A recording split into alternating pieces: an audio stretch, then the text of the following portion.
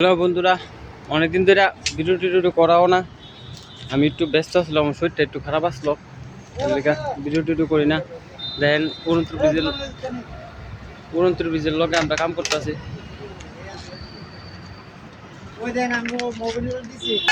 29 লগে কাম করতেছি আমরা, রুইতন রিংয়ের ফিলার মানতেছি। দেন ফিলার কি রড রুইতন রিংয়ের ফিলার মানতেছি। 29 লগে ফিলারটি দিলাম কমপ্লিট করে।